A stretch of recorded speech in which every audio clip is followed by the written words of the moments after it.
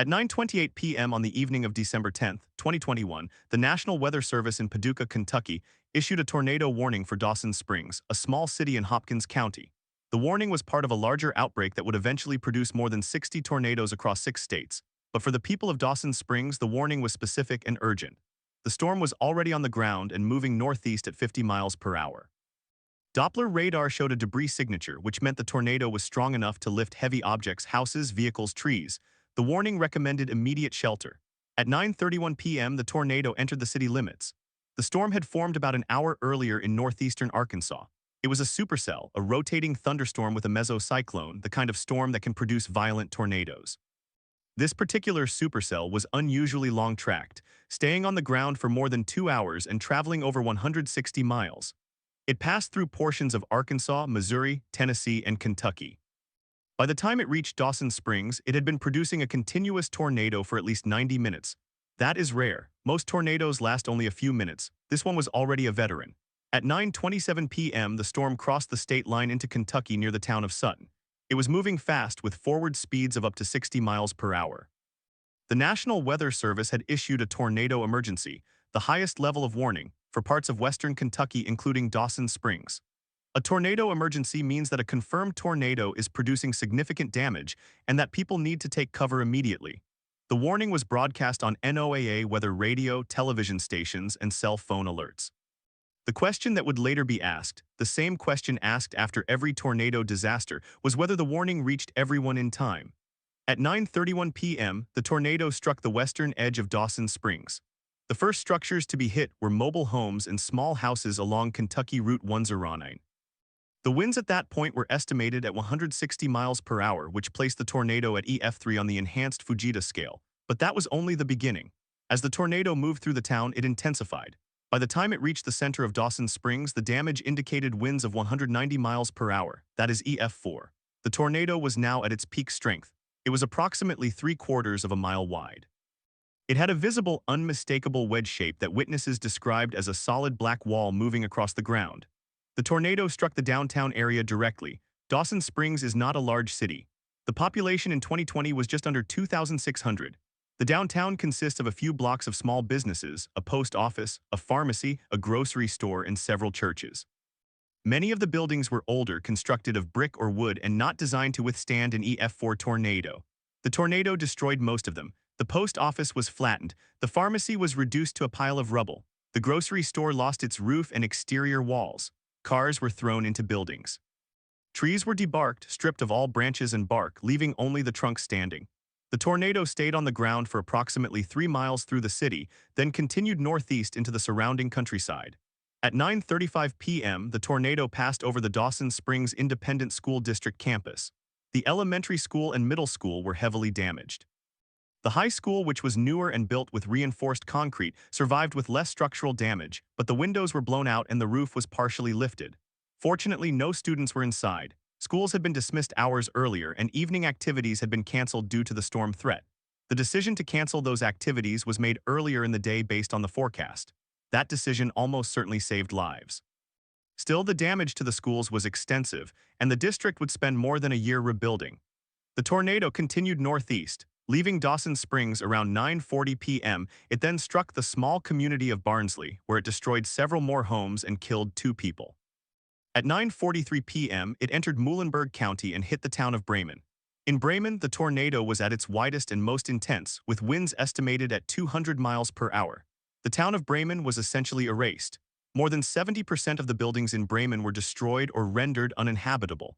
12 people died in Bremen. The tornado finally dissipated around 10 p.m. near the town of South Carrollton, Kentucky, after traversing 38 miles in the state alone. Back in Dawson Springs, the immediate aftermath was chaos.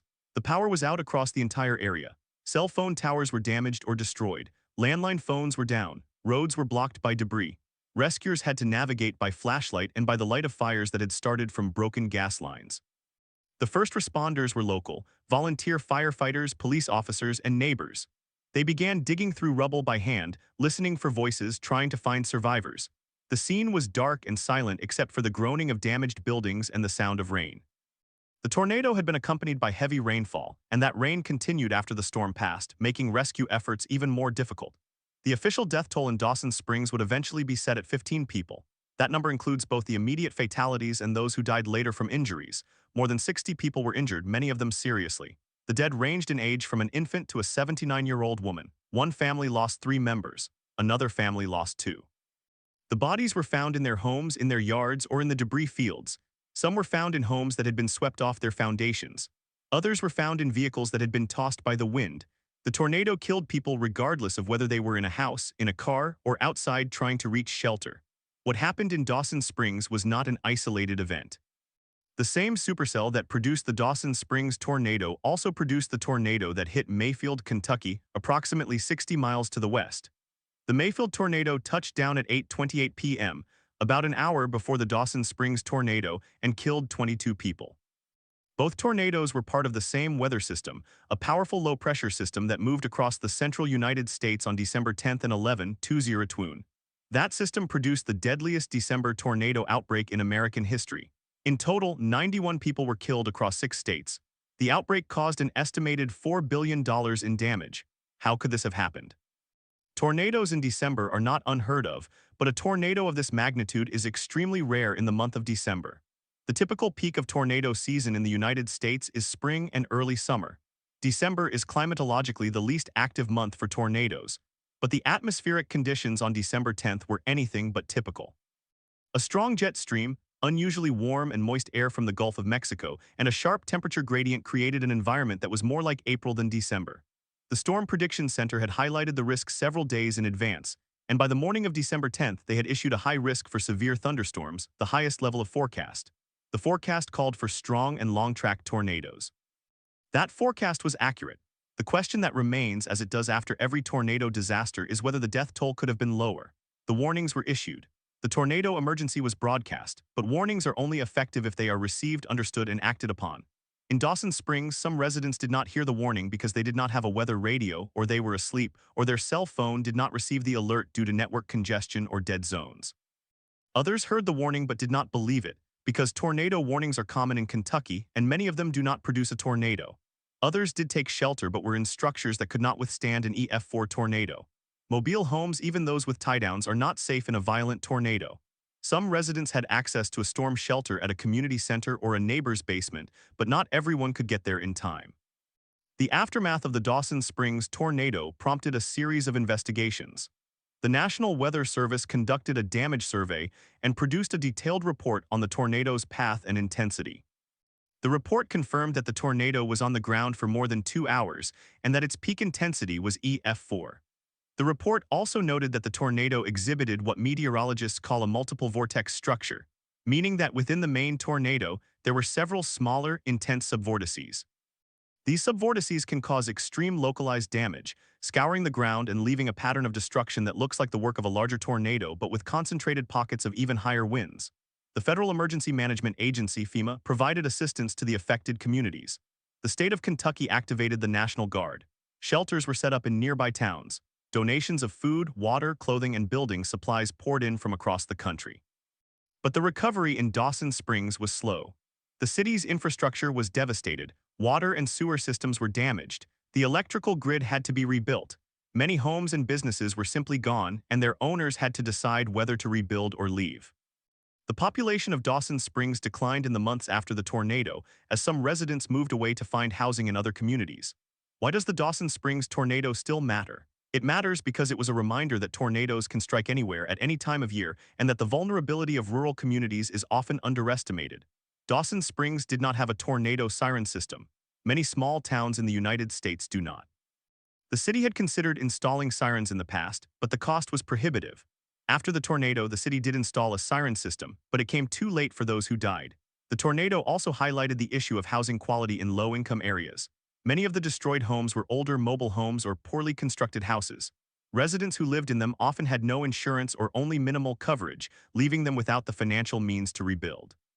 The event also raised questions about the effectiveness of the wireless emergency alert system. Some residents reported receiving the alert on their phones, but others did not. The system relies on cell phone towers, and if a tower is damaged by the storm or overloaded by traffic, the alert may not go through. In Dawson Springs, several towers were downed by the tornado itself, meaning that the warning may have been transmitted but not received by phones near the impact zone. There is no easy fix for that problem. Technology can fail under extreme conditions, and the most reliable warning method remains a weather radio with a battery backup, but not everyone owns one. The Dawson Springs tornado also matters because it was part of a larger pattern. The 2021 tornado outbreak was one of the deadliest in American history, and it occurred in December, a month that is not supposed to produce such storms. Climate scientists have pointed to a warming climate as a possible factor in the increasing frequency of tornado outbreaks outside the traditional season. Warmer air holds more moisture, and moisture is fuel for thunderstorms. The Gulf of Mexico was warmer than average in December 2021, and that contributed to the instability that produced the tornadoes. The connection between climate change and tornadoes is still being studied, but the trend is concerning. The human consequences of the tornado are perhaps the most important reason it still matters. 15 people died in Dawson Springs. They were not just numbers. They were parents, children, grandparents, neighbors. Their names are listed on a memorial plaque in the city park. The survivors carry the trauma of that night for the rest of their lives. The community has worked to rebuild, but it is not the same. The empty lots where houses once stood are a constant reminder of what was lost. The sound of a storm warning on a television or a phone can still trigger panic in those who lived through December 10, 2021. The investigation into the Dawson Springs tornado, like the investigation into any disaster, sought to answer not only what happened but why it happened and how it could be prevented from happening again. The answers are not simple. Improving warning systems requires funding. Retrofitting homes to withstand tornadoes requires money and political will. Ensuring that every resident has access to a safe shelter requires community planning. The lessons of Dawson Springs are not new, but they are urgent. The next tornado outbreak will come. The question is whether the systems that are supposed to protect people will be ready. To understand what happened that night in Dawson Springs, you have to look at the storm itself. The tornado that struck the town was part of a supercell thunderstorm that formed over eastern Arkansas late on the evening of December 10, 2021. At 7:10 p.m. Central Standard Time, the National Weather Service office in Paducah, Kentucky, issued the first tornado warning for a cell that would eventually produce the long-track tornado. That warning was based on radar indications of strong rotation aloft. At 7:28 p.m., the Paducah office upgraded the warning to a particularly dangerous situation, or PDS, a designation reserved for storms capable of producing violent, long-track tornadoes. The wording was explicit. This storm could produce a tornado that stays on the ground for a long time and causes catastrophic damage. The tornado first touched down at 7:33 p.m. near the community of Woodland Mills, Tennessee, about 20 miles southwest of Dawson Springs. For the next 2 hours and 8 minutes, it carved a path that stretched 165 miles across western Kentucky. At its widest point, the tornado was 3/4 of a mile across. The forward speed averaged 55 miles per hour, meaning that once the tornado reached a community, it passed through in a matter of seconds. There was no time to drive to a shelter once the warning was heard. The only viable option was to be in a safe place before the tornado arrived. At 8:50 p.m., the tornado entered Caldwell County, Kentucky, and began its approach to Dawson Springs. The warning lead time for the town was approximately 20 minutes. The National Weather Service had issued a tornado emergency for Dawson Springs at 8:36 p.m., a full 14 minutes before the tornado struck. That is a good lead time by any standard. But 14 minutes is not enough for everyone. For those who were asleep, those who had no weather radio, those whose phones did not alert, those who hesitated because the last 6 tornado warnings had been false alarms, those minutes vanished. For others, 14 minutes was enough to get to a basement or a community shelter if they had one nearby. The tornado entered Dawson Springs at 8:50 p.m. The first structures it hit were on the western edge of town, a mix of single-family homes and mobile homes. The damage in that area was rated EF2 to EF3, but as the tornado moved eastward, it tightened and intensified. By the time it reached the central business district, it was at EF4 strength.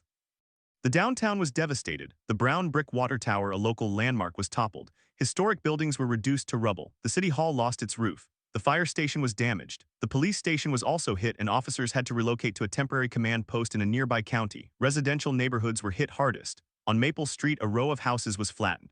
On East Santa Fe Trail, a block of homes was swept clean, with only concrete slabs remaining. The damage survey later found that several homes in Dawson Springs had been shifted off their foundations and then disintegrated by the subvortices. Trees were debarked, vehicles were thrown hundreds of yards, and debris was lofted into the upper atmosphere, later falling as far away as Ohio. The tornado's path through the town was roughly a mile long and half a mile wide, but within that area the destruction was nearly total. Emergency response began within minutes.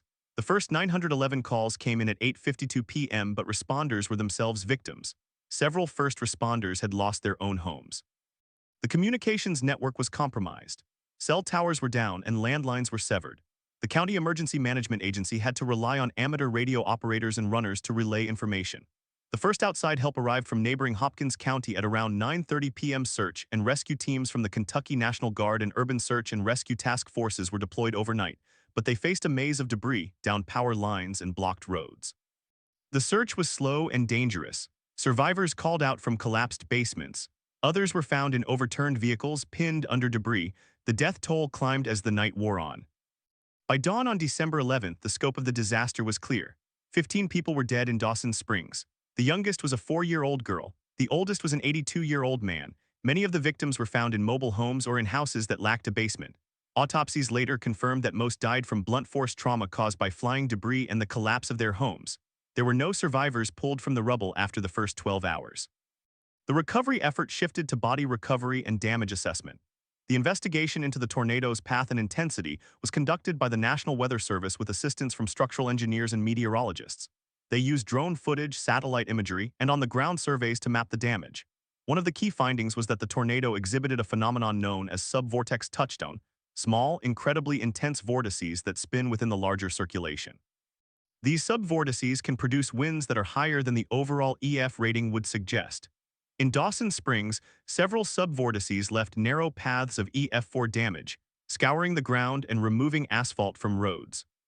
The engineers noted that even well-constructed homes with anchor bolts and hurricane straps were destroyed in those areas, which means that an EF4 tornado is essentially unsurvivable above ground, no matter how well the house is built, unless it is specifically designed to withstand such forces. The building codes in Dawson Springs, like most of rural Kentucky, were not designed for EF4 tornadoes. The county required only international residential code standards, which are not tornado-specific. No local ordinance required safe rooms or storm shelters in new construction. After the tornado, the state legislature considered a bill to mandate tornado shelters in all new manufactured homes, but it did not pass. The issue was cost. A storm shelter can add several $1,000s to the price of a home, and in a region where housing affordability is already a challenge, lawmakers were reluctant to impose the requirement. The wireless emergency alert system was also scrutinized. The Federal Communications Commission opened an investigation into whether the alerts were properly transmitted. They found that the alerts were sent, but that some carriers had network congestion and that some phones did not receive the alert due to software settings. The National Weather Service had also issued a test of the wireless emergency alert system 2 days before the tornado, which may have caused some users to disable alerts on their phones. There was no single point of failure, but the cumulative effect was that a significant number of residents never got the warning on their phones. Why does the Dawson Springs tornado still matter? It matters because it exposed the gap between forecast capability and community resilience. The Storm Prediction Center had predicted the outbreak 3 days in advance. The National Weather Service issued a tornado emergency with 14 minutes of lead time. The meteorology was excellent, but the social infrastructure was not. The town had no sirens. Many homes were built to a standard that could not survive a violent tornado. The emergency alert system had gaps. The shelters that existed were too few and too far for many residents. And the most vulnerable people, those in mobile homes, the elderly, the disabled, the poor, were the ones who died. The lessons of Dawson Springs are now being applied elsewhere. Some communities have installed siren systems. Others have launched grant programs for residential storm shelters. The National Weather Service has improved its impact-based warning language to emphasize the specific danger of a tornado that is about to hit a populated area. But the fundamental problem remains. Tornadoes are unpredictable in their exact path, and the only proven way to save lives in a violent tornado is to be in a hardened shelter below ground. That is a solution that requires money, political will, and public education. In the years since December 10, 2021, Dawson Springs has rebuilt. A new water tower was erected. A community center now houses a safe room large enough to hold several hundred people. Memorial plaques list the names of the 15 who died, but the population is lower. Many of the lots where homes once stood are still empty. The sound of thunder still makes residents flinch. The question that remains is not whether another tornado will hit a small town like Dawson Springs. It will. The question is whether the systems that are supposed to protect people will be ready. At 11:32 p.m. on December 10, 2021, the National Weather Service office in Paducah, Kentucky, received a report from a spotter in the town of Princeton. The tornado that had just destroyed Dawson Springs was still on the ground. It was now moving toward the community of Edaville. The spotter described a wedge-shaped cloud with multiple vortices rotating around a central funnel. The base was illuminated by power flashes, blue and green arcs from exploding transformers. The sound was described as a continuous roar, like a freight train passing through a tunnel but louder, deeper, and sustained. The tornado continued east-northeast across Lake Barkley, then crossed into Caldwell County. It struck the town of Eddyville at 11:45 p.m. Eddyville is smaller than Dawson Springs with a population of about 2,000. The tornado hit the western edge of town, destroying a mobile home park and several ranch-style homes. 2 people were killed in Eddyville. The damage there was rated EF3 to EF4. The tornado then crossed into Crittenden County and eventually into Lyon County, where it dissipated around 12:15 a.m. on December 11th. The total path length of the tornado was 165.7 miles, making it one of the longest-track tornadoes in United States history. It crossed 4 states: Arkansas, Missouri, Tennessee, and Kentucky. The maximum width was 3/4 of a mile. The maximum wind speed was later estimated at 190 miles per hour, which is EF4. But some meteorologists argued that subvortex touchdowns may have produced winds exceeding 200 miles per hour, which would be EF5. The National Weather Service did not assign an EF5 rating, citing a lack of structural evidence that met the strict EF5 criteria. This decision was controversial. In Dawson Springs, several homes were swept completely off their foundations, with no debris left on the slab. Under the enhanced Fujita scale, that indicator is typically used to assign EF5. But the survey team noted that the homes were not anchored to the foundation in a way that would meet the standard for EF5. The debate over the rating continues among storm researchers. What happened in the hours and days after the tornado is a story of systematic breakdown and improvised resilience. The Emergency Operations Center in Hopkins County was activated at 8:55 p.m., but it was initially overwhelmed. The county had no standard operating procedure for a disaster of this magnitude. The State Emergency Management Agency in Frankfort requested federal assistance at 9:30 p.m. The Federal Emergency Management Agency approved a disaster declaration for Kentucky within 12 hours. That was fast by bureaucratic standards. But the aid did not arrive in Dawson Springs for another 2 days.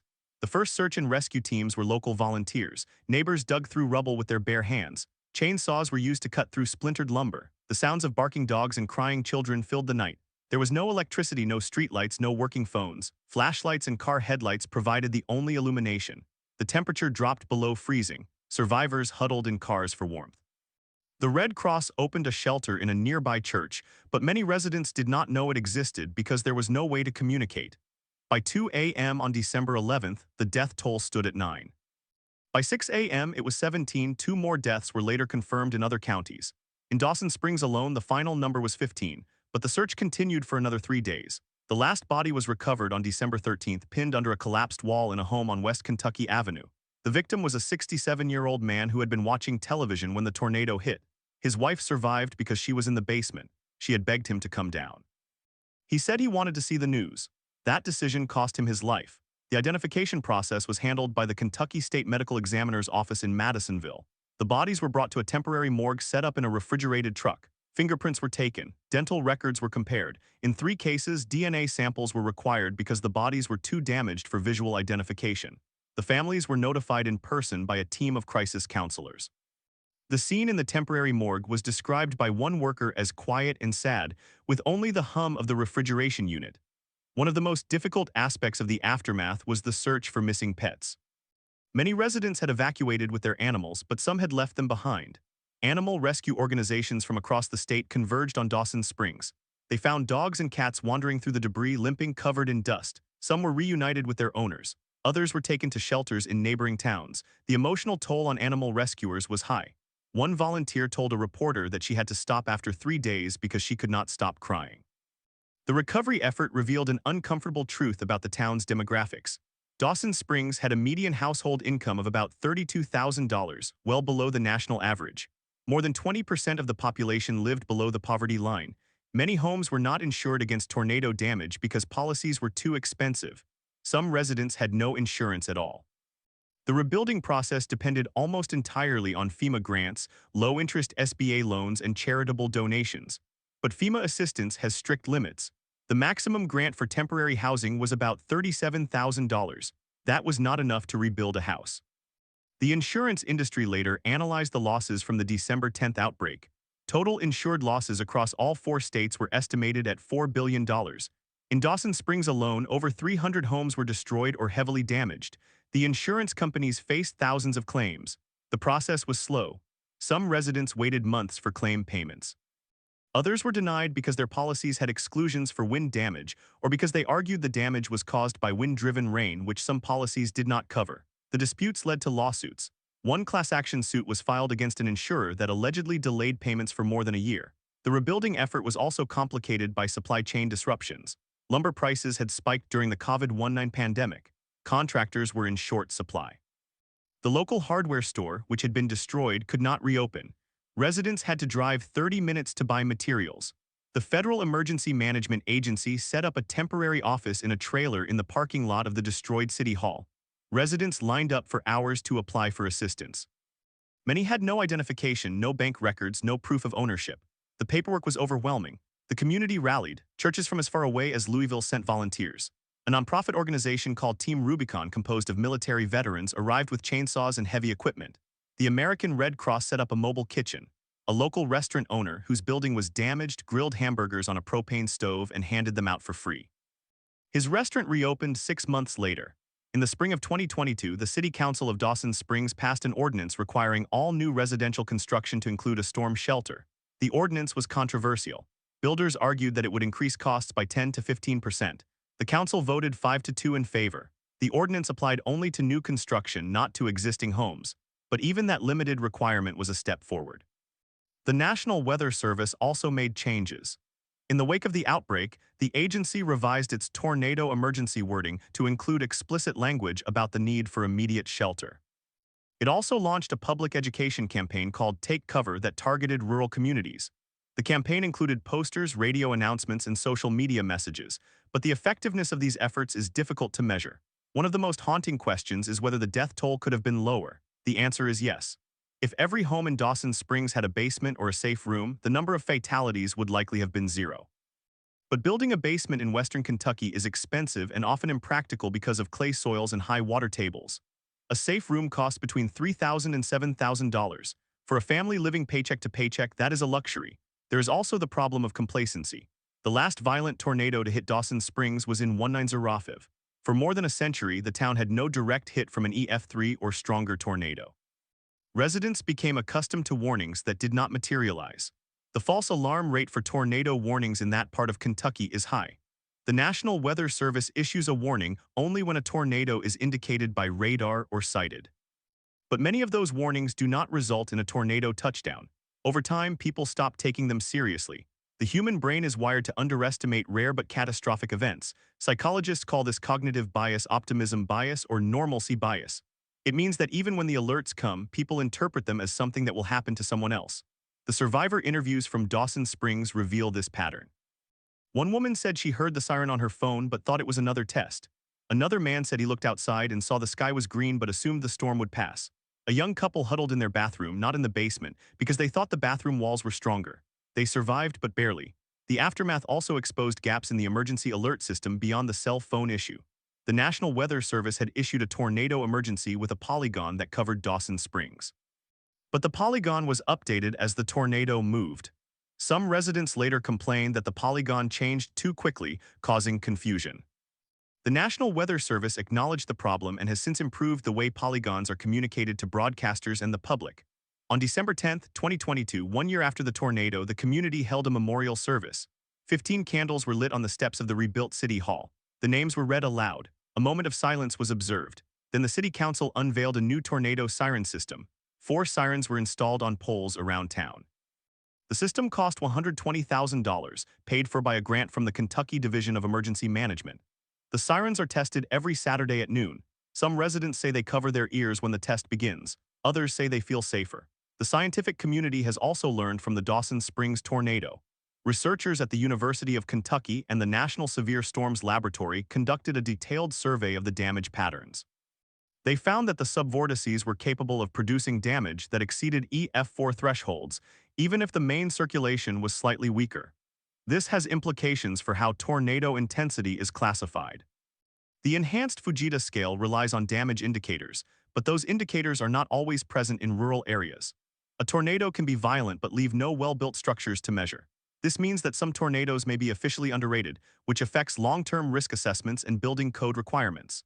The broader narrative of the 2021 tornado outbreak is one of a nation caught between advanced forecasting and systemic vulnerability. The Storm Prediction Center's 3-day outlook was remarkably accurate. The National Weather Service issued warnings with lead times that exceeded the national average, yet more than 90 people died across 4 states. The majority of those deaths occurred in mobile homes or houses without basements. The tornadoes did not discriminate by wealth, but the ability to survive did. What remains is a question that cannot be answered by meteorology or engineering alone. It is a question about human behavior, about poverty, about the willingness of communities to prepare for events that may not happen in a generation. The warning systems are better than they have ever been. The science is more precise. But the gap between knowing and surviving is still wide. In Dawson Springs, the wounds are still fresh. The empty lots are overgrown with weeds. A new water tower stands at the edge of town. A community center with a safe room can hold 300 people. But the town's population has not returned to its pre-tornado level. Many families moved away and did not come back. The sound of thunder still causes a collective intake of breath. The first question people ask when the sky turns dark is not, is it going to rain, but is there a warning? The Dawson Springs tornado will not be the last. The United States averages more than 1,200 tornadoes every year. About 20 are violent. And every year some of them hit towns that are not ready. The question that remains is not whether another tornado will hit a small town like Dawson Springs. It will. The question is whether the systems that are supposed to protect people will be ready, and whether the people themselves will be ready to act. The economic toll of the Dawson Springs tornado was staggering. The total property damage in the town alone was estimated at over $100 million. But that number does not capture the loss of tax revenue, the decline in property values, or the cost to small businesses that never reopened. The local school district lost its elementary school, which had to be rebuilt at a cost of $30 million. The district also lost tax revenue from destroyed homes and businesses. Enrollment dropped by nearly 15% as families moved away. The school board had to cut programs and lay off staff.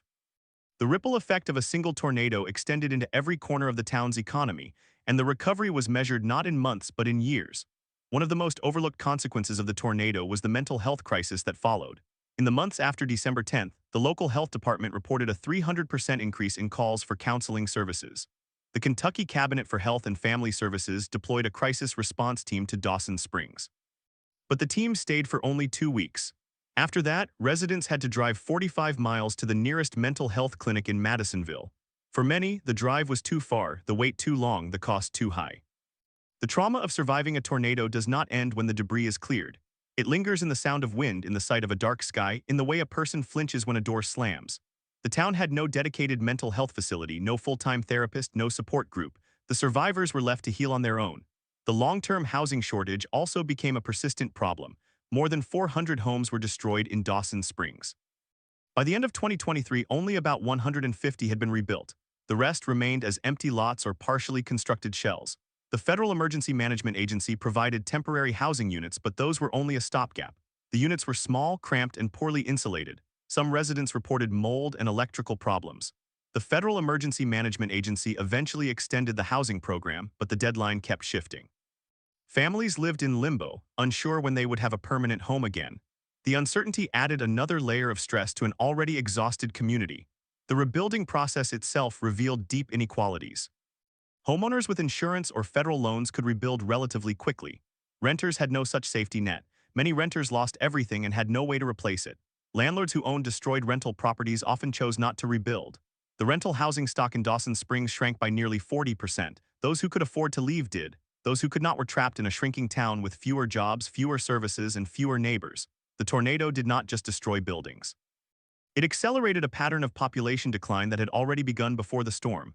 Dawson Springs had lost residents steadily since the 1980s. The tornado turned that decline into a collapse. The response from the federal government was slow and bureaucratic. The Federal Emergency Management Agency's initial assessment took weeks. The Small Business Administration's disaster loan program was overwhelmed by applications. Many applicants waited months for approval. Some were denied because they could not provide enough documentation of their losses. The process was designed for a world where people keep meticulous records, but a tornado does not leave time to grab file cabinets. The survivors were left navigating a labyrinth of forms, deadlines, and phone menus. The frustration was palpable. In a survey conducted by the Kentucky Division of Emergency Management, over 60% of respondents said the federal recovery process was either difficult or very difficult. That number rose to 80% among low-income households. The state government also faced criticism. The Kentucky Emergency Management Agency was understaffed and underfunded.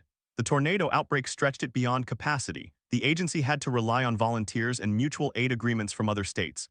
The governor declared a state of emergency, but the response on the ground was uneven. Some counties received assistance quickly. Others waited days. The communication breakdown between state and local officials was a recurring theme in after-action reports. The lesson was clear. The system was not built for a disaster of this scale, and the cost of that failure was measured in human suffering. The scientific analysis of the Dawson Springs tornado continued for years. Researchers from the National Severe Storms Laboratory published a detailed study in 2003. They used high-resolution radar data, drone imagery, and ground surveys to map the tornado's path with unprecedented accuracy. The study confirmed that the tornado produced multiple subvortices, each capable of causing EF4 damage. The main circulation was categorized as EF4, but the subvortices reached EF5 intensity in several isolated spots. The official rating of EF4 remained, but the researchers noted that the damage indicators in rural areas were insufficient to capture the true strength. The study called for a revision of the enhanced Fujita scale to account for rural damage patterns. The National Weather Service has not yet adopted that recommendation. The study also examined the behavior of the tornado as it crossed the terrain. The tornado maintained its intensity over rolling hills and forests, a phenomenon that challenges the assumption that rough terrain weakens tornadoes. The tornado strengthened as it crossed the Cumberland River, likely because of the open water and the temperature contrast between the river and the surrounding land. The river acted as a conduit for warm, moist air feeding the storm. This finding has implications for how forecasters predict tornado behavior in similar environments. The message was simple. Even small rivers can influence tornado intensity, and communities near waterways may be at greater risk than previously thought. The broader question of whether the 2021 outbreak was linked to climate change became a subject of debate. The scientific consensus is that climate change is increasing the frequency and intensity of severe thunderstorms in the central United States. The exact role of climate change in the December 2021 outbreak is still being studied, but the pattern is consistent with projections. Warmer winters allow for more instability in the atmosphere. The Gulf of Mexico, which fuels the moisture for such storms, is warming. The jet stream which guides the storms is becoming more erratic. The 2021 outbreak may have been a natural event, but it also fits a trend. The question is not whether climate change contributed to the outbreak, but how much. The answer will shape future policy, future building codes, and future warning systems. In the year since the tornado, Dawson Springs has become a case study in disaster resilience. Universities, emergency management agencies, and nonprofit organizations have studied the town's response, its recovery, and its failures. The lessons are being applied elsewhere. In 2023, the state of Kentucky launched a program to provide free storm shelters to low-income households in high-risk areas. The program is funded by a combination of state and federal grants. As of early 2024, more than 2,000 shelters have been installed. The program is modeled in part on the needs identified in Dawson Springs. The town itself became the catalyst for change, but the change came too late for the 15 who died. The memorial service on December 10, 2022 was not the only one. The town holds a smaller gathering every year on the anniversary. The names are read aloud. A bell is rung 15 times. The ceremony is brief. It is not a celebration. It is a reminder. The survivors gather, hug, and share stories. Some have moved on, others are still struggling. The grief does not have a timeline. The question that haunted the investigation, the question that remains unanswered, is not only about the warning system. It is about the deeper failure of society to protect its most vulnerable members. The people who died in Dawson Springs were not reckless. They were not ignorant. They were simply poor, elderly, or living in structures that could not withstand a tornado. The system that was supposed to warn them worked. The system that was supposed to protect them did not. The gap between those two systems is measured not in seconds but in dollars, and until that gap is closed, the next tornado will find another town, another family, another set of victims. The tornado outbreak of December 10th and 11th left a trail of destruction across 4 states. More than 90 people died, thousands of homes were destroyed.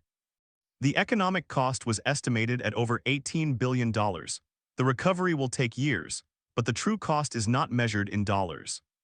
It is measured in the lives that were cut short, in the families that were broken, in the communities that will never be the same.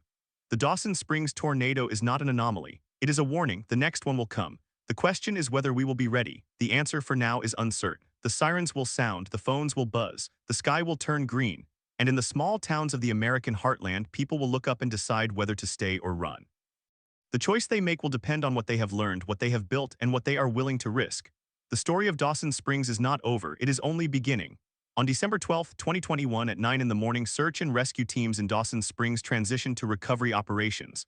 The survivors still trapped had been found, the missing were accounted for. The task now was to locate the dead. Cadaver dogs moved through the rubble. Volunteers formed human chains, passing debris hand over hand. The work was slow, methodical, and quiet. The sounds of the storm had been replaced by the sounds of shovels, boots on broken glass, and occasional radio chatter. The first body was recovered from a collapsed house on Main Street. The victim was an 82-year-old woman who had lived alone.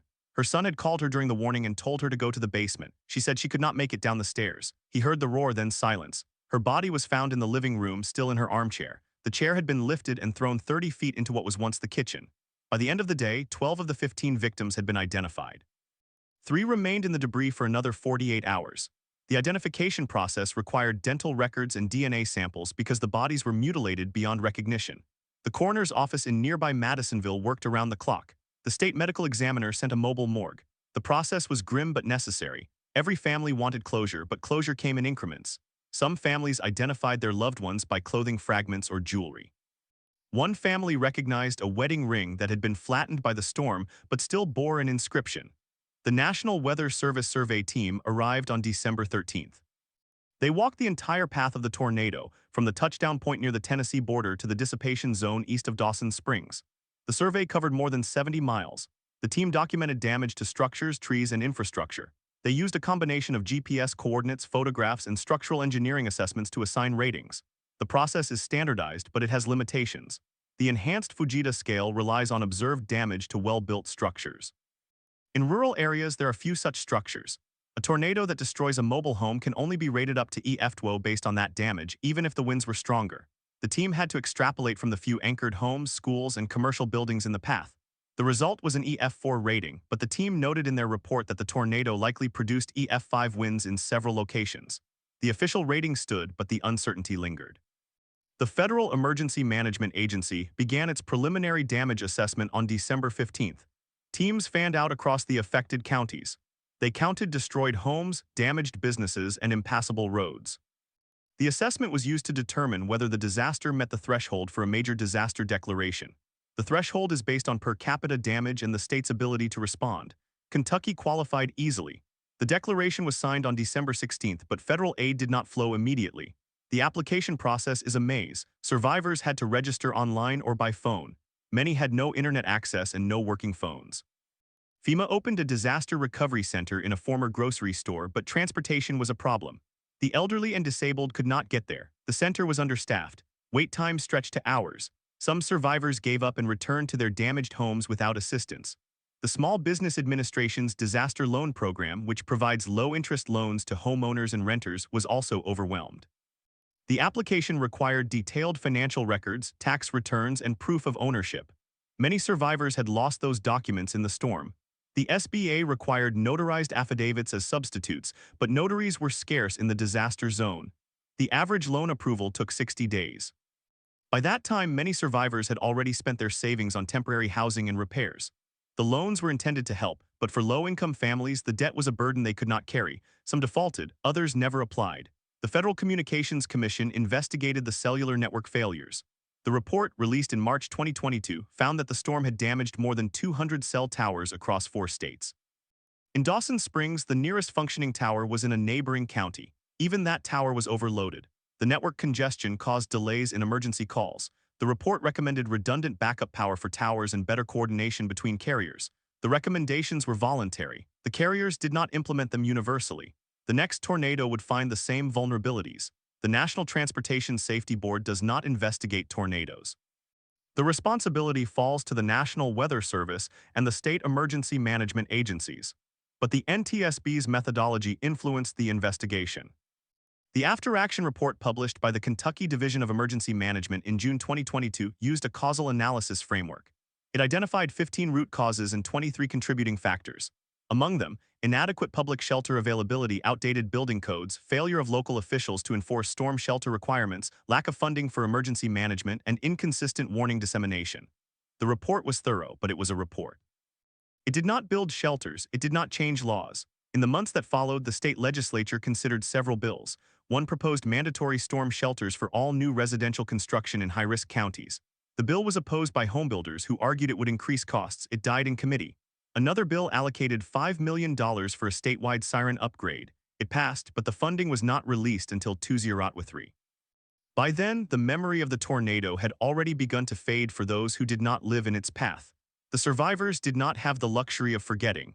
In the spring of 2022, the long process of rebuilding began. Insurance companies processed claims, adjusters estimated losses. In Dawson Springs, the majority of homes were underinsured. The typical payout covered only a fraction of the replacement cost. Mobile homeowners often had no insurance at all. The state offered a grant program for low-income homeowners, but the application required property surveys and structural assessments. Many applicants could not afford the survey fees. The program was undersubscribed. Volunteer organizations filled some of the gaps. The American Red Cross provided temporary housing and hotels for some families. The Salvation Army served meals. Local churches organized cleanup crews. The Mennonite Disaster Service, a faith-based organization, sent teams to rebuild homes. They worked for free using donated materials. By the end of 2022, they had rebuilt 12 homes in Dawson Springs.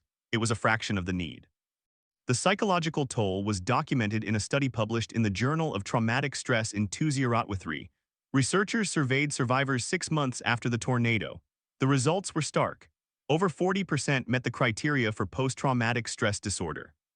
70% reported significant anxiety. Alcohol and drug use increased. Domestic violence calls rose in the months after the storm. The mental health infrastructure in rural Kentucky was already sparse. The tornado made it worse. The state allocated funds for crisis counseling, but the counselors were overwhelmed. Some survivors never sought help. They simply carried the trauma forward. 1 year after the tornado, on December 10, 2022, a memorial service was held at the high school gymnasium. The gym had been rebuilt after the storm. It was a symbol of resilience. The governor spoke. The mayor spoke. A local pastor read the names of the 15 dead. A choir sang. Then the crowd walked to the site of the former library, now a small park. A granite monument had been installed. It listed the names and a short inscription: "We will not forget." The ceremony ended with a bell. 15 rings. Each ring represented a life. The sound carried across the empty lots and the rebuilt houses, but forgetting is human nature. By 2024, the media attention had shifted to other disasters: the hurricane season, the wildfires, the floods. Dawson Springs appeared in news articles only occasionally, usually as a footnote in broader climate stories. The survivors felt abandoned. Their town was still broken. The population had dropped to under 2,000. The downtown was a ghost town. The grocery store never reopened. The pharmacy closed. The doctor's office relocated to a larger city. The school district consolidated with a neighboring county. The children now rode buses an hour each way. The economic decline had been happening for decades. The tornado simply accelerated it. The question that remained was whether the government would invest in prevention or only in response. The evidence suggested a pattern. After every major disaster, there was a flurry of policy discussions. Then the dust settled and the urgency faded. The next disaster would start the cycle again. The Dawson Springs tornado was a test. It tested the engineering of structures, the reliability of communication networks, the efficiency of government bureaucracy, and the endurance of the human spirit. It exposed weaknesses at every level. The warnings worked. The response did not. The recovery was incomplete. The lessons were documented but not fully learned. In the spring of 2024, the University of Kentucky released a long-term study on the economic impact of the 2021 outbreak. It estimated that the affected counties would need at least a decade to fully recover, if they ever did. The study noted that communities with higher income inequality and fewer public resources recovered more slowly. Dawson Springs was near the top of that list. The study recommended targeted federal investments in rural resilience, but it acknowledged that such investments were politically difficult. The rural vote was shrinking. The political will was not there. And so the story of Dawson Springs fades into the background of American memory. It becomes a statistic, a case study, a footnote. But for the families who lost loved ones, it is not a statistic. It is a wound that does not heal. It is a date that will always hold dread. It is a sound that will never leave their ears, the roar of something immense and indifferent moving through the night. On December 10, 2024, the third anniversary of the tornado, the bell will ring again, 15 times. The survivors will gather. Some will cry. Some will stare at the monument. Some will shake their heads and wonder what could have been different. The answer they know is many things: a stronger building code, a working siren, a basement, a phone call that came 5 minutes earlier, a neighbor who knocked on the door, a government that moved faster, a society that cared more. But the tornado does not care about what could have been. It does not negotiate. It does not apologize. It comes when the conditions are right, when the warm air from the Gulf meets the cold air from the north, when the wind shear aligns, when the supercell forms. It comes without warning despite the warnings. It levels everything in its path, and then it leaves and the survivors are left to pick up the pieces. The Dawson Springs tornado is over. But the questions it raised are not. The failures it exposed remain. The next tornado will find them. And when it does, the same sirens will sound, the same phones will buzz, and the same families will look up at a dark green sky and make a choice that may be their last. Whether that choice leads to survival or death will depend on how much we have learned and how much we have changed. The evidence so far is not encouraging. The story of Dawson Springs is a story of a system that was not built for the world it now inhabits. It is a story of warnings that were heard but not heeded. It is a story of a nation that can send aid after the disaster but cannot prevent the disaster from becoming a tragedy. It is a story that will repeat again and again until the gaps are closed. Until then, the bell will ring, and the names will be read, and the survivors will carry on because that is what survivors do. They carry on even when the weight of what they carry is more than any one person should bear. The final word belongs to a survivor named Helen who lived through the tornado in a bathtub. Her house was destroyed. She lost everything. When asked what she would tell the next town that faces a tornado, she said, "Listen to the sirens, have a plan, and if you can, get out. But if you can't, find the strongest place you can and pray, because that's all any of us can do." Her voice cracked when she said it, but she did not look away. She had looked the storm in the eye and lived. She would carry that memory until her own end. And she would never stop telling people to be ready, because the next time the storm might come for them and they might not be as lucky. The Dawson Springs tornado is not an anomaly. It is a warning. The next one will come. The question is whether we will be ready. The answer for now is uncertain. The sirens will sound, the phones will buzz, the sky will turn green. And in the small towns of the American heartland, people will look up and decide whether to stay or run. The choice they make will depend on what they have learned, what they have built, and what they are willing to risk. The story of Dawson Springs is not over. It is only beginning, but beginning what we may not know until the next storm.